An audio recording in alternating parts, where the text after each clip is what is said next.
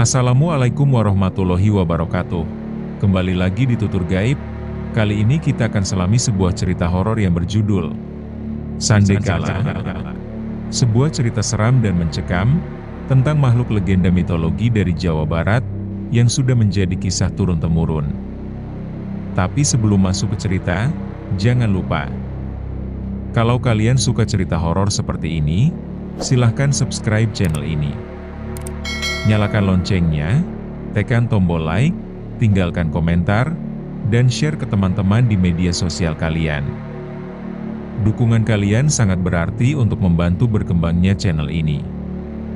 Semoga kita semua selalu dalam lindungan Allah Subhanahu wa Ta'ala, diberi kesehatan, dan dilancarkan rezekinya. Amin ya Robbal 'Alamin. Sekarang kita masuk ke ceritanya. Selamat mendengarkan.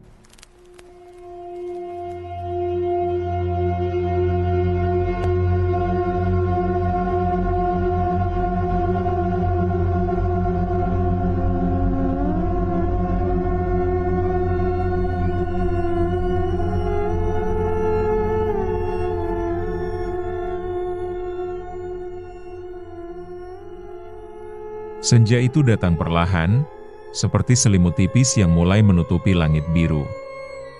Matahari yang sejak siang membakar sawah kini berubah oranye keemasan, memantulkan cahaya di permukaan air irigasi yang tenang.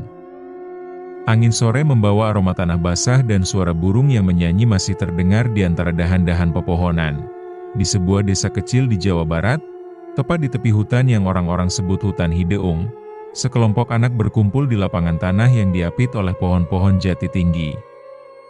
Lapangan itu sudah menjadi tempat bermain mereka sejak kecil. "Peta umpet lagi yuk," seru Andi, bocah berumur 10 tahun, dengan wajah ceria dan mata berbinar. "Setuju," sahut Adit. Sahabatnya yang tubuhnya agak gemuk dan selalu mengenakan kaos bola, Mira, satu-satunya anak perempuan di kelompok itu, menghela napas sambil menaruh tangannya di pinggang. "Kalian ini gak bosen ya? Tiap sore mainnya itu-itu aja. Tapi seru Mir. Apalagi kalau ada yang nyangkut di semak," ujar Bima, si anak tertinggi, sambil terkekeh. Di antara tawa itu, Tommy, anak paling kecil yang baru kelas 2 SD, hanya ikut mengangguk. Dia jarang bicara, tapi selalu ikut permainan. Langit semakin memerah. Di barat, matahari perlahan tenggelam di balik perbukitan. Sinar terakhirnya jatuh miring, membuat bayangan pohon menjulur panjang seperti jemari hitam yang menggapai tanah. Anak-anak masih tenggelam dalam keseruan bermain. Kini giliran Andi yang jadi penjaga. Dengan mata tertutup, ia mulai menghitung. Suaranya lantang menggaung di udara senja. 1, 2, 3. Adit berlari ke belakang gubuk kosong di pinggir sawah. Mira bersembunyi di balik rumpun bambu yang daunnya berdesir ditiup angin. Bima melesat ke dekat batang jati yang gelap di tepi lapangan, sementara Tommy, ia berlari agak jauh, menuju batas desa, dekat jalur setapak yang mengarah ke hutan timur. Suara jangkrik semakin jelas. Sesekali, terdengar burung hantu dari kejauhan. 10, 11, 12. "Aku datang." Andi membuka matanya, menajamkan pandangan, lalu melangkah perlahan, mengintip ke balik gubuk. "Ketemu?" "Adit." "Yah." Adit tertawa, lalu berdiri. Tapi kemudian ia menoleh ke arah hutan, keningnya berkerut. "Andi, kamu denger nggak?" "Denger apa?" "Kayak suara napas. Berat banget." Andi mencoba mendengarkan, tapi yang terdengar hanya desir angin. Ia menepis rasa aneh itu dan melanjutkan pencarian. Namun, di tempat lain, Tommy yang bersembunyi dekat jalan setapak mulai gelisah. Dia merasa ada yang mengawasinya. Bulu kuduknya meremang. Mata kecilnya melirik ke arah pepohonan di hutan hideung yang tampak lebih gelap dari biasanya, seolah cahaya senja enggan masuk ke sana, dari sela batang pohon. Ia melihat sesuatu. Sosok tinggi, hitam, dan tidak bergerak. Tommy terdiam. Nafasnya tercekat. Sosok itu tidak punya wajah yang jelas, hanya bayangan legam dengan bentuk kepala yang terlalu kecil untuk tubuhnya yang raksasa. Dan meski jaraknya cukup jauh, Tommy merasa seolah sosok itu menunduk sedikit, mengamatinya. Angin sore tiba-tiba menjadi dingin. Daun-daun kering di tanah beterbangan, berputar di sekitar kaki Tommy. "Tommy, kamu di mana?" Suara Andi memecah ketegangan. Tommy menoleh sebentar, lalu kembali melihat ke arah hutan. Tapi sosok itu sudah menghilang. "Tommy!" "Ketemu?" seru Andi setelah menemukan Tommy di balik pohon. Tommy kembali ke lapangan, melanjutkan permainan bersama anak-anak lainnya. Namun ada yang aneh. Dia jadi lebih pendiam, tak banyak bicara. Wajahnya agak pucat, seperti habis mengalami hal yang menakutkan. Angin sore mulai berganti menjadi hembusan senja. Langit yang tadinya cerah perlahan berubah, awan kelabu merayap dari arah barat, menyelimuti semburat oranye yang masih tersisa. Desa itu mulai diselimuti bayangan panjang dari pepohonan dan rumah-rumah kayu. Suara jangkrik, yang biasanya baru terdengar malam, kini sudah mulai menyelinap di sela suara ayam yang berkokok lelah. Di lapangan tanah yang dikelilingi rumpun bambu, anak-anak masih berlarian. Mereka begitu larut dalam permainan petak umpet. Nafas mereka tersengal, wajah penuh keringat, namun senyum tak pernah lepas. Cepat, cepat sembunyi. Dia hampir selesai menghitung. Teriak Bima, sambil mendorong pelan pundak Andi agar lari mencari tempat sembunyi. Di bawah pohon mangga tua, Adit, yang menjadi pencari kali ini, menempelkan wajahnya ke batang pohon sambil menghitung. 29. 30. "Siap gak siap aku cari ya?" Suaranya bergema di udara yang mulai berat.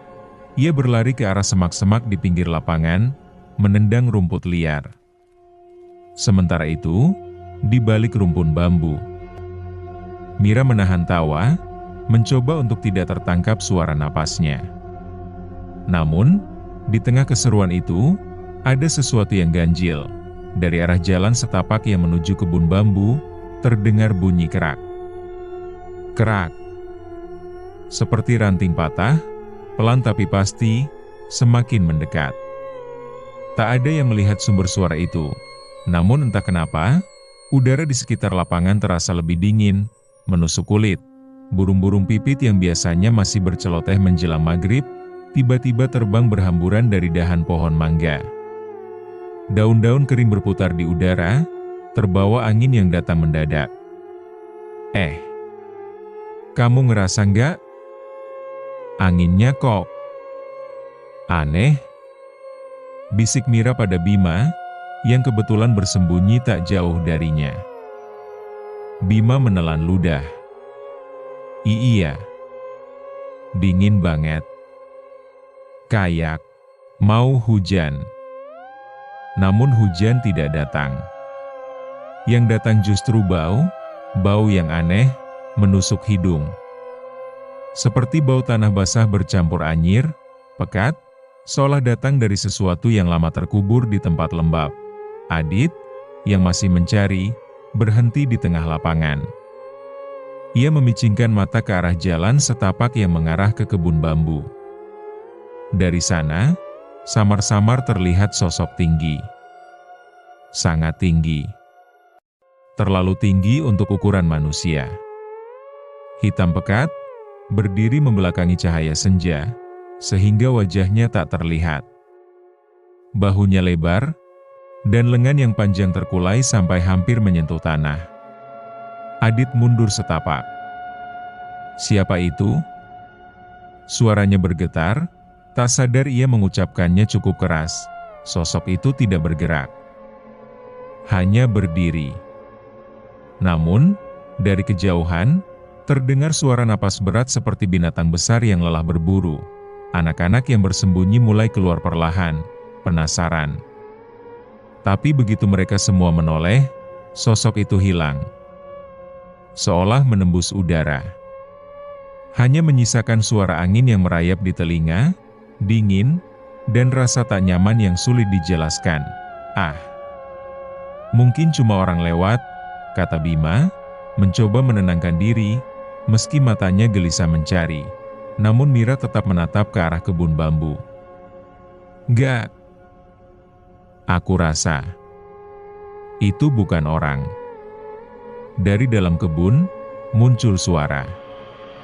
Seperti bisikan, panjang, berat, dan dalam. Namun kata-katanya tidak jelas, jantung Mira berdegup kencang. Ia mundur beberapa langkah. "Kita pulang aja yuk. Aku takut." Suara Mira bergetar ketakutan. "Iya, kita pulang saja," kata ibu. "Ini waktu Saraupna. Waktu keluarnya Sandekala," sahut Andi. "Tapi, Tommy di mana?" "Aku belum menemukannya." Timpal Adit. "Oh iya ya, aku juga tidak melihatnya." Bima celingukan. "Tadi aku lihat, dia lari ke sana. Tapi tidak tahu ngumpetnya di mana." Mira menunjuk ke arah hutan bambu. Anak-anak lainnya saling pandang, merasa ragu apakah harus terus pulang atau mencari Tommy dulu. "Ya udah, kita cari Tommy aja dulu sama-sama yuk," ajak Andi. Yang lain pun setuju, lalu mencari dan memanggil-manggil Tommy sama-sama. Dan di langit, matahari hampir lenyap. Senja menipis menjadi semakin gelap.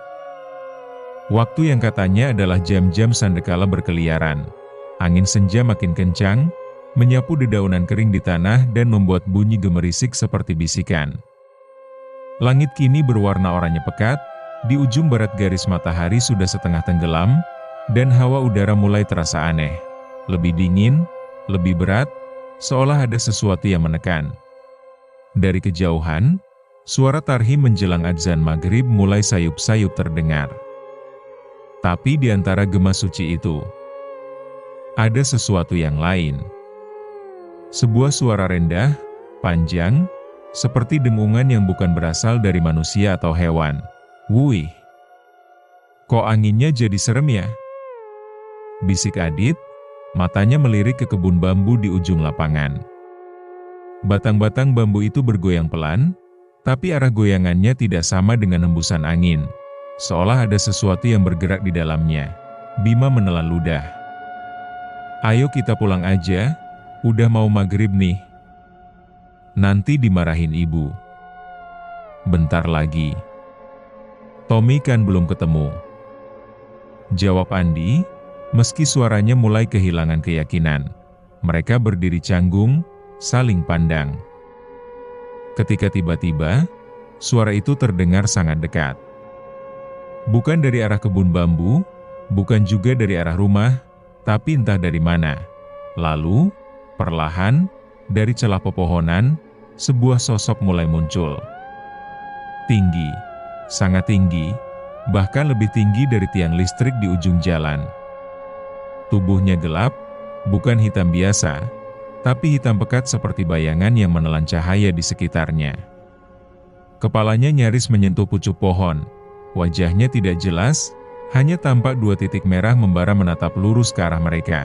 Anak-anak itu kaku. Tidak bisa bergerak, tidak bisa berteriak. Sosok itu tidak berjalan, dia meluncur, seakan tanah tidak menyentuh kakinya.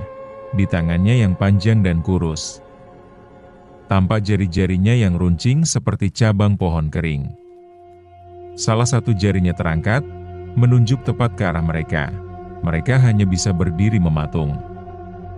Mira tampak sangat ketakutan. Matanya membesar, napasnya tersengal. Di dahinya mulai muncul peluh, bukan karena panas, tapi dingin menusuk tulang. Bima berusaha meraih lengannya. "Mira, Lari! Teriaknya. Tapi seketika itu juga, dada Mira seperti ditekan oleh beban tak terlihat. Dia tidak bisa bergerak, tidak bisa berbicara, hanya bisa menatap makhluk itu yang kini mulai memiringkan kepalanya, seolah sedang mengukur atau menilai sesuatu. Lalu, suara itu muncul lagi, bukan suara manusia, bukan pula hewan. Sebuah bisikan yang langsung menusuk ke dalam pikiran mereka. 1,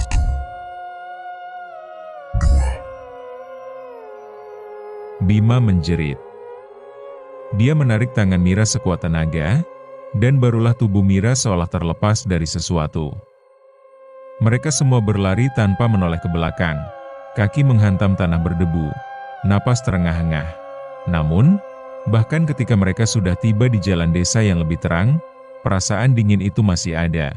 Bima dan Adit langsung pulang ke rumah masing-masing. Sementara Andi mengajak Mira ke rumah Tommy untuk memberitahu ibunya soal Tommy. Napas Andi dan Mira masih tersengal saat tiba di rumah Tommy. Angin malam mulai menusuk tulang ketika suara azan maghrib dari surau kecil di ujung kampung perlahan menghilang. Langit sudah sepenuhnya gelap, menyisakan kilap samar lampu-lampu minyak yang tergantung di teras rumah warga. Namun di tengah kehangatan rumah-rumah itu, kegelisahan mulai merayap di hati orang tua Tommy. Setelah mendapat laporan dari Andi dan Mira, Tommy belum pulang. Awalnya, Bu Marni, ibunya, mengira anak itu hanya mampir bermain sebentar di rumah temannya. Pak Hasan, ayah Tommy, mencoba menelusurinya ke rumah teman bermain Tommy. Namun nihil. Tommy tak ada di sana, lalu mereka pun mencari di dekat lapangan tempat bermain. Tapi ketika mereka mendatangi satu persatu rumah di sekitar lapangan tempat anak-anak bermain petak umpet sore tadi, jawabannya selalu sama, tadi main di sini. Bu.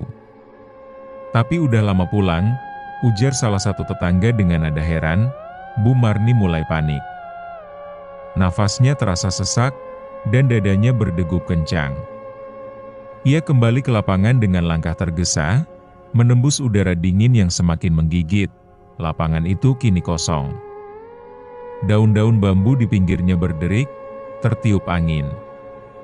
Rumput liar bergoyang seolah menyembunyikan sesuatu di balik geraknya. Sinar lampu teplok dari teras rumah yang paling dekat hanya menerangi sebagian kecil tanah lapang.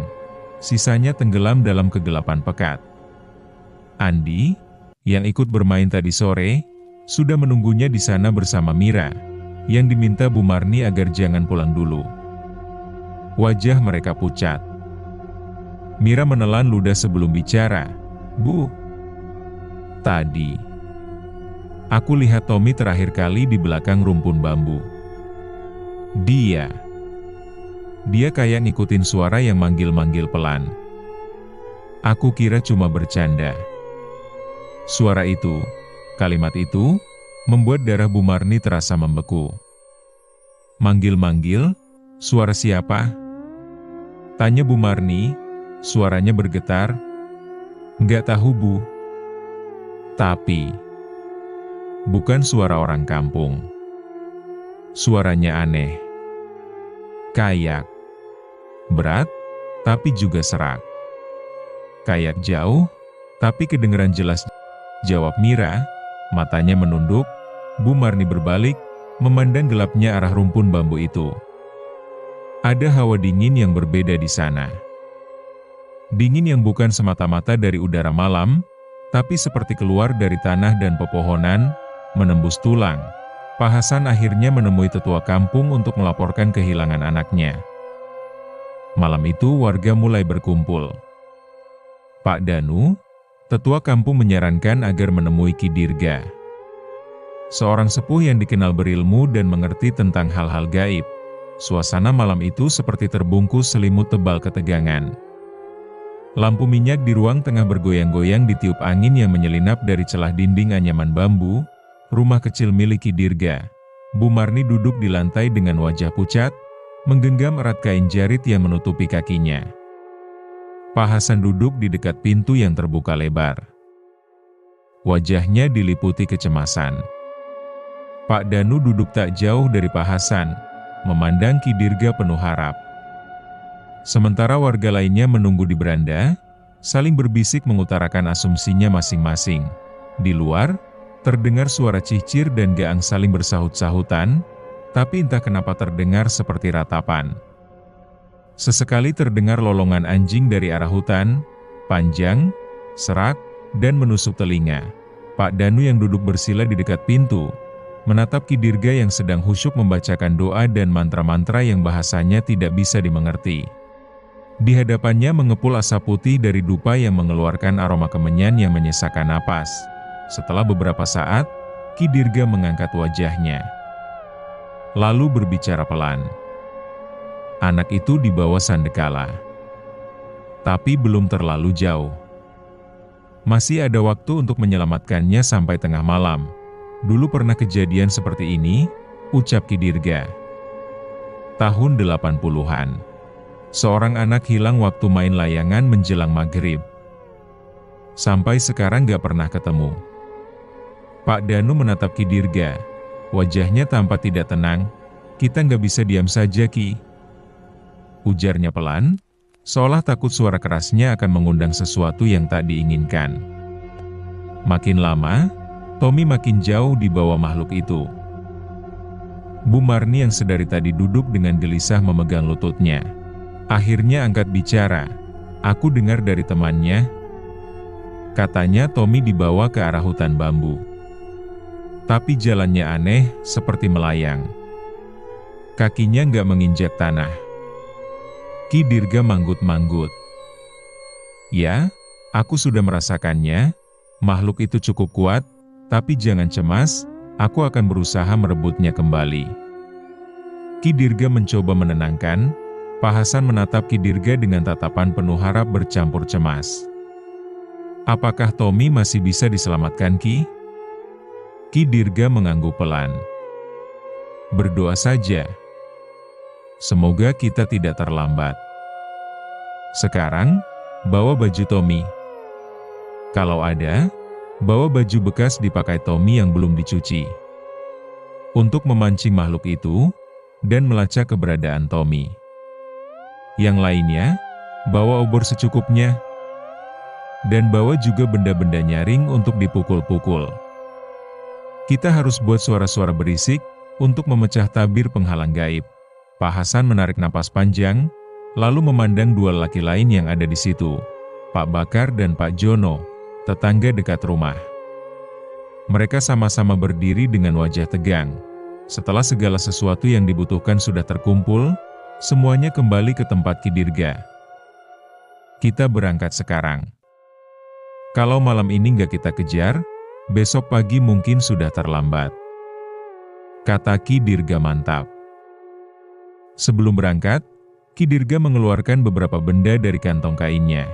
Seikat daun kelor, botol kecil berisi air putih yang katanya sudah dibacakan doa, dan sebilah golok tua yang sarungnya sudah aus. Kita nggak bisa melawan Sandekala dengan tangan kosong. Setidaknya, ini buat jaga-jaga, ujarnya. Mereka keluar rumah, diikuti Bu Marni yang memaksa ikut meski wajahnya jelas ketakutan. Pak Hasan ingin melarang, tapi Bu Marni bersikeras. Aku tidak akan bisa tenang menunggu di rumah. Aku harus ikut, walau harus masuk hutan. Bu Marni merajuk.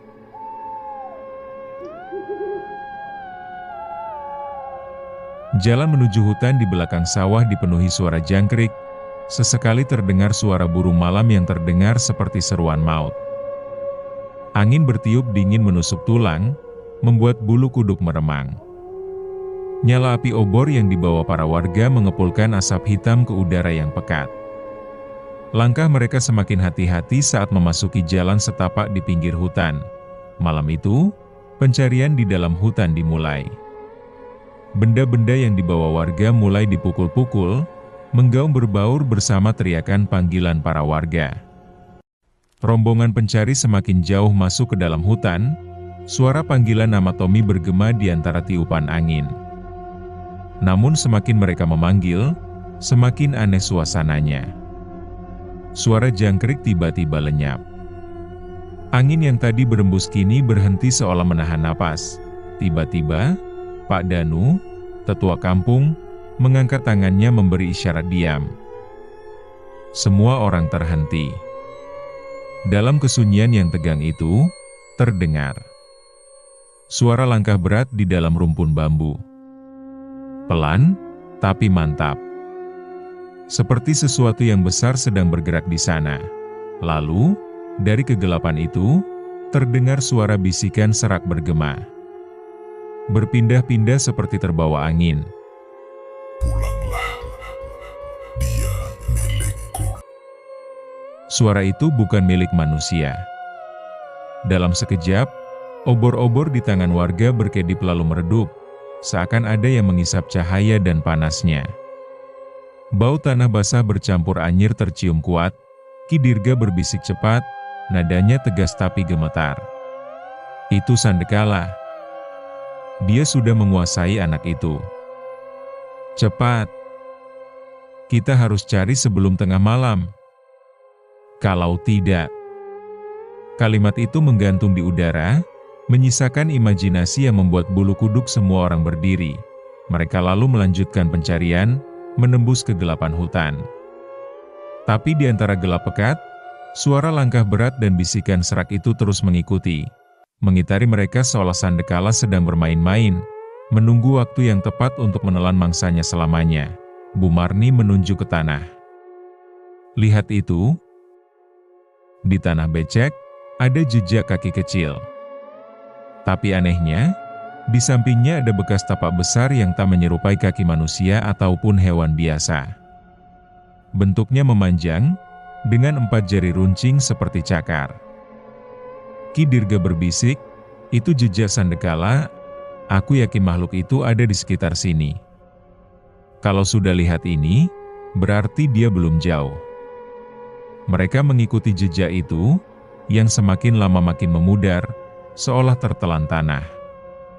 Bau anyir samar mulai tercium, bercampur aroma daun basah dan tanah lembab.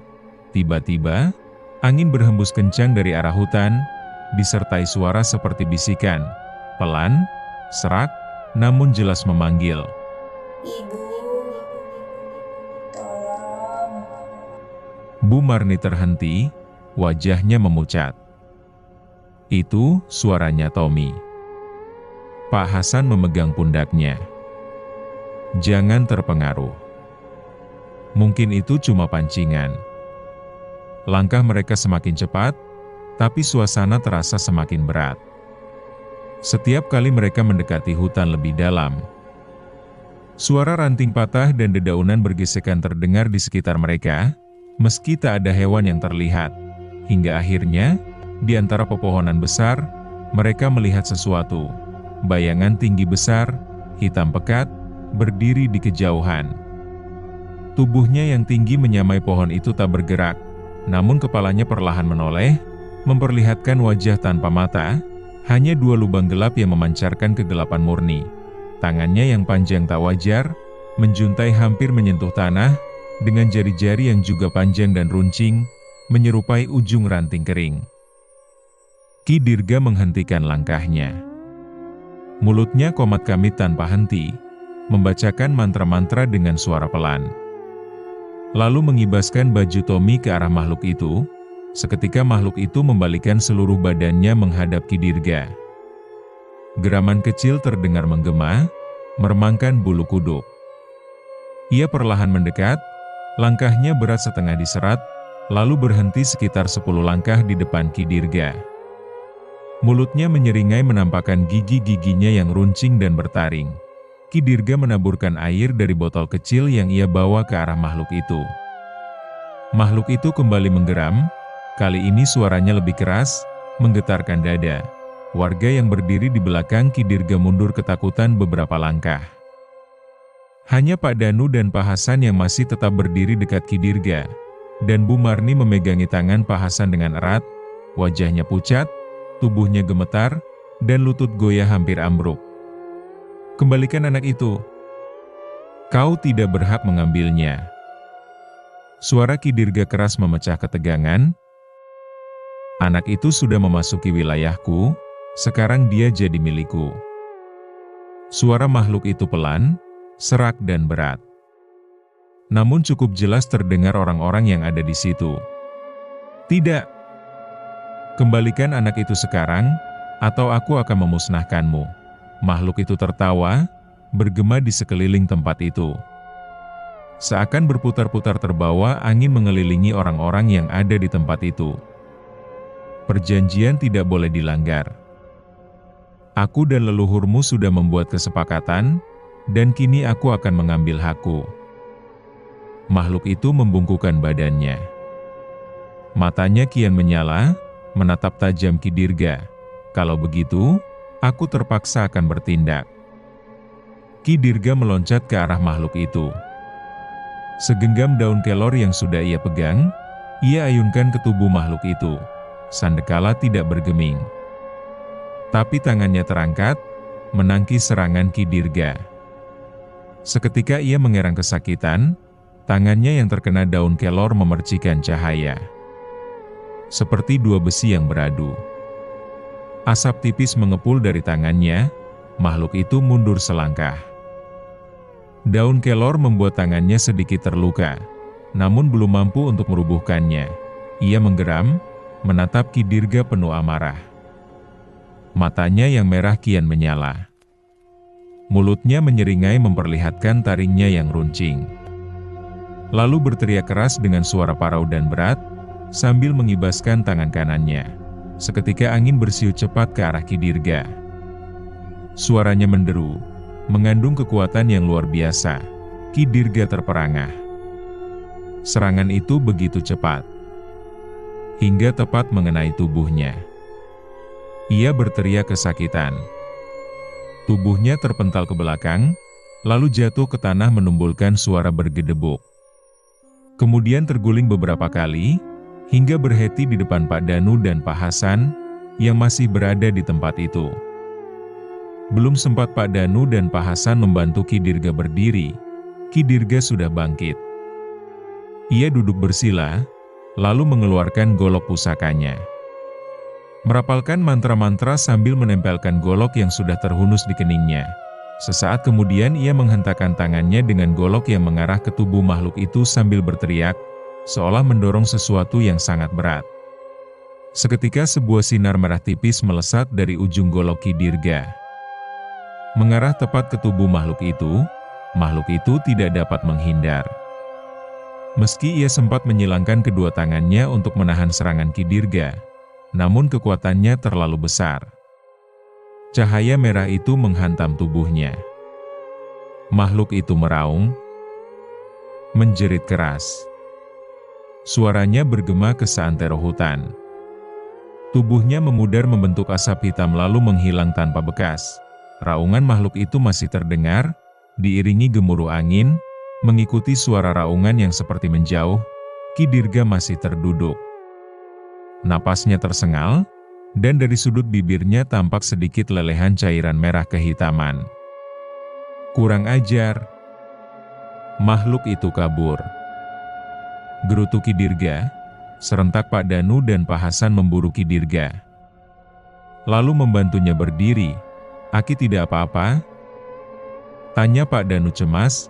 "Aku tidak apa-apa, tapi makhluk itu telah kabur.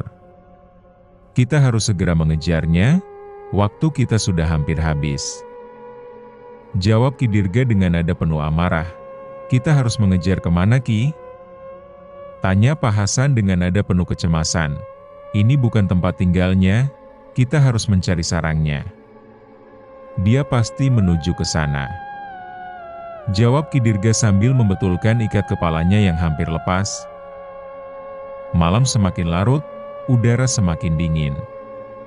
Namun yang dirasakan orang-orang di situ justru sebaliknya. Ketegangan dan ketakutan menimbulkan rasa panas dari tubuh mereka. Bu Marni tak mau jauh dari Pak Hasan. Tubuhnya masih gemetar ketakutan sambil memeluk baju Tommy. Beberapa warga masih bertahan di sana, beberapa yang lainnya sudah kabur lari ketakutan sejak tadi. "Ayo, kita harus segera menemukan persembunyian makhluk itu. Waktu kita tinggal sedikit." Ki Dirga menyarungkan kembali goloknya. Lalu berjalan mengikuti instingnya dengan mengerahkan ilmu batinnya untuk melacak keberadaan Sandekala, diikuti yang lainnya dari belakang, menembus gelapnya malam di dalam hutan yang semakin pekat. Mereka semakin jauh masuk ke hutan. Suasana begitu mencekam. Cahaya obor menari-nari di antara batang pohon yang tinggi. Burung malam bersuara lirih. Terdengar seperti bisikan. Pak Hasan dan Pak Danu memanggil-manggil nama Tommy, saling bersahutan dengan warga lainnya. Tapi tak ada jawaban. Hingga akhirnya, mereka tiba di satu tempat, di mana terdapat sebuah pohon besar dan tinggi menjulang. Dahan-dahannya menjulur kian kemari, daunnya yang tebal menutupi langit, membuat tempat itu semakin gelap. Aura mistis terasa begitu pekat di sekitar tempat itu. Ki Dirga menghentikan langkahnya. Ia mengangkat tangannya, memberi isyarat untuk berhenti. Sejenak suasana menjadi hening, mencekam membuat bulu kuduk berdiri. Aku merasakan keberadaannya di sini. Bisik Ki Dirga. Berpencarlah. Cari Tommy. Aku akan mencoba mendeteksi keberadaannya. Sepertinya tak jauh dari tempat ini. Ki Dirga memejamkan mata. Sementara yang lainnya berpencar. Menyisir menelusuri semak-semak dan tempat-tempat tersembunyi di sekitar pohon itu. Di bawah pohon besar yang akarnya mencuat ke atas, salah satu warga menemukan sesuatu. Lihat ini. Sepertinya ini sandal Tommy, teriaknya. Pak Danu menyuruh warga berhenti. Iya, itu sandal Tommy. Bu Marni terisak, Ki Dirga mengitari pohon itu. Ia mulai membaca doa-doa penolak makhluk halus. Tapi saat itu juga, angin bertiup sangat kencang. Obor padam satu persatu.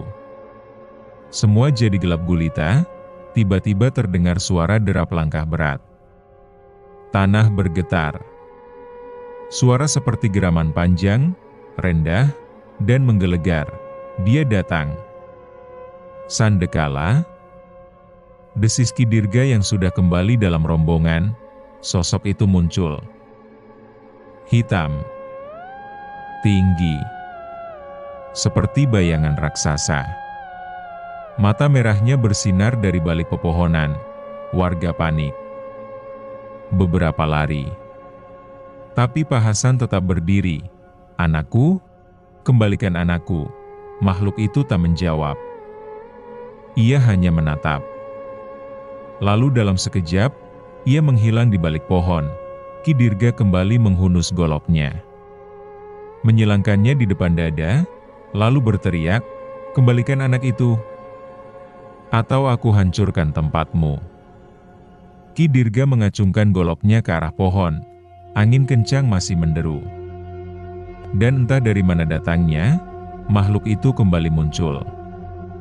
Ia mengibaskan tangannya ke arah Ki Dirga. Beruntung Ki Dirga sempat meloncat mundur menghindari serangan yang mendadak itu, lalu dengan gerakan cepat ia menyabetkan goloknya. Cahaya merah melesat ke arah makhluk itu. Aneh, di tempat ini kekuatan serangan Ki Dirga seolah tidak berpengaruh apa-apa pada makhluk itu. Cahaya merah itu lenyap seakan tersedot satu kekuatan gaib. Ki Dirga terperangah seakan tidak percaya dengan apa yang ia lihat. Dalam keterkejutan Ki Dirga, makhluk itu menghentakkan kaki, lalu mengibaskan kedua tangannya dalam posisi menyilang. Seketika tanah bergetar hebat. Angin menderu, melesat cepat ke arah Ki Dirga, yang tak sempat menghindar. Seketika ia menjerit, tubuhnya terpental jauh ke belakang. Goloknya terlempar entah kemana. Ki Dirga jatuh terbanting keras di atas tanah. Sekujur tubuhnya terasa panas bagai terbakar. Ia mencoba bangkit, namun kepalanya terasa pusing. Seketika ia terbatuk lalu memuntahkan darah kental berwarna merah kehitaman, kemudian terkulai lemas dan jatuh tak sadarkan diri. Makhluk itu perlahan memalingkan kepalanya. Tanpa suara, tapi penuh ancaman. Namun, tiba-tiba dari belakang muncul Pak Ustadz Wahyudi. memegang sebuah tasbih dan secari kain putih. Doa-doa dilarungkan, ayat demi ayat dibacakan. Sandekala menggeram. Tanah bergetar. Daun gugur seperti hujan. Lalu, tiba-tiba tanah yang dipijak Pak Ustadz terbelah, tepat di antara kedua kakinya. Dan dari retakan tanah itu keluar asap hitam pekat, yang mengandung hawa panas. Kemudian bergulung menyelubungi tubuhnya. Pak Ustadz merasakan dadanya sesak, seakan ada sesuatu yang menekannya kuat, namun tak terlihat. Ia lalu memejamkan mata. Mengatur napas, membacakan doa, dan dengan sekali hentakan, ia mendorongkan kedua tangannya ke samping. Asap hitam yang menyelubungi Pak Ustadz seketika buyar. Disertai suara menggelegar, akibat beradunya dua kekuatan. Sejurus kemudian Pak Ustadz melemparkan tasbih yang ia pegang ke arah Sandekala. Seketika api berkobar membakar makhluk itu. Saat tasbih menyentuhnya, ia mengerang, tubuhnya menggiliat meronta-ronta di tengah kobaran api. Semakin lama suaranya semakin melemah, seiring dengan wujudnya yang kian memudar. Perlahan, tubuh makhluk itu mulai melebur menjadi kabut. Tak ada teriakan, tak ada raungan. Hanya suara deru angin yang kian melemah bersama menghilangnya sosok Sandekala, namun meninggalkan suara lirih. Senja adalah milikku. Jangan rampas waktu yang bukan hak kalian. Keadaan kembali tenang. Deru angin telah benar-benar reda. Warga kembali menyalakan obornya. Pak Danu menghampiri Pak Ustadz, sementara warga lainnya menolong Ki Dirga. Tapi sesaat kemudian terdengar tangisan kecil. Dari balik akar pohon besar, tubuh kecil Tommy terlihat terbaring. Pucat. Lemah setelah tak sadarkan diri, Tommy terbatuk. Matanya kembali normal. Pak Hasan memeluk putranya, disertai tangisan haru Bu Marni. Warga memapah Ki Dirga yang telah siuman dan membawanya pulang. Namun sebelum keluar dari hutan, Pak Ustadz berhenti. "Jangan lupa," katanya. Sandekala bukan makhluk biasa. Dia adalah penjaga waktu. Ia menculik bukan untuk membunuh, tapi untuk mengingatkan. Sejak malam itu, tidak ada lagi anak-anak yang bermain sampai menjelang maghrib. Orang tua menjadi lebih ketat. Dan desa itu kembali tenang. Tapi setiap senja datang, angin dari arah timur selalu terasa lebih dingin. Dan di antara desir bambu, sesekali terdengar suara berat berbisik. Waktunya pulang sebelum aku datang. Dan setiap senja, terdengar suara ibu-ibu memanggil, "Rina, ayo pulang. Udah mau maghrib." Karena mereka tahu, Sandekala masih ada. Menunggu. Di balik bayang senja. Terima kasih sudah mendengarkan kisah ini sampai akhir. Jika kalian suka cerita ini silahkan klik tombol like. Bagian mana dari cerita ini yang bikin kamu merinding? Silahkan tulis di kolom komentar. Jangan lupa subscribe dan nyalakan loncengnya supaya tidak ketinggalan cerita terbaru lainnya. Sampai jumpa di episode berikutnya. Wassalamualaikum warahmatullahi wabarakatuh.